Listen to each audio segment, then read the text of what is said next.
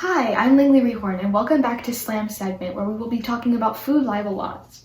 Food libel laws were initially put in place in 13 United States to make it easier for food producers to sue people that critique their products. This started in 1989 in an episode of 60 Minutes, where they exposed a chemical called Alar being used to spray on apples to make them grow faster and look prettier. The chemical was accused of being a dangerous carcinogen, though, and it could harm humans. These laws could cost companies hundreds of thousands of dollars just to protect allegations that could possibly be true and could possibly be harming people that are eating the products. This isn't the only time that this has happened, though.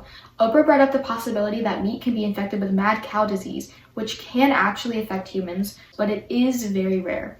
This cost the meat industry $10.3 million in business. Because of the laws put in place to protect the companies, people don't know what's being put in their food. These companies are also being protected at the expense of unknowing customers who are eating the products.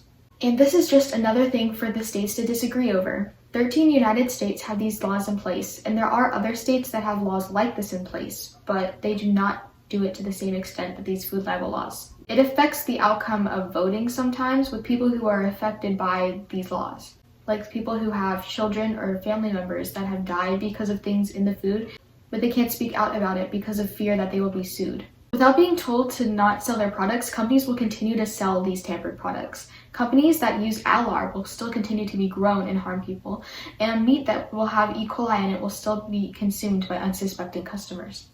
On the other hand, it keeps big companies in work and making food for other people, which in turn prevents thousands of people from losing their jobs. Let's go to the speech bubble for this.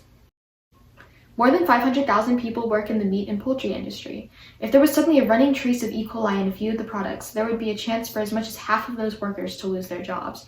People that work in these meat packing, shipping, and harvesting jobs often work for minimum to even below minimum wage and don't often have enough to provide for their families already. This could be putting thousands of people out of work. Thanks, speech bubble. Food libel laws prevent people from knowing what's in their food. Just about everyone wants to know what they're putting in their bodies and if it's harming them or not. If one person got E. coli from a cookie and wanted to speak out about it so that other people wouldn't get sick, then they could possibly be sued thousands of dollars just so that the company can have a good reputation. The country isn't doing too much to stop the spread of food labeling, and it is very much a problem today. In a documentary titled Food Inc., a woman named Barbara had a son who died from a contaminated hamburger when he was extremely young. She wasn't able to speak out about it on the documentary out of fear that she would be sued. All in all, food libel laws restrict people from their rights. They prevent people from being able to speak out and warn thousands of other people about potential hazards. But it also affects people in those positions. So it comes to an ethical concern. Should we let people keep those jobs and keep working for their families? Or should we prevent other people from getting sick and dying because of sicknesses in the food? Thank you for tuning into Slam segment, our episode on food libel laws. Make sure to stay tuned for our next episode on deforestation.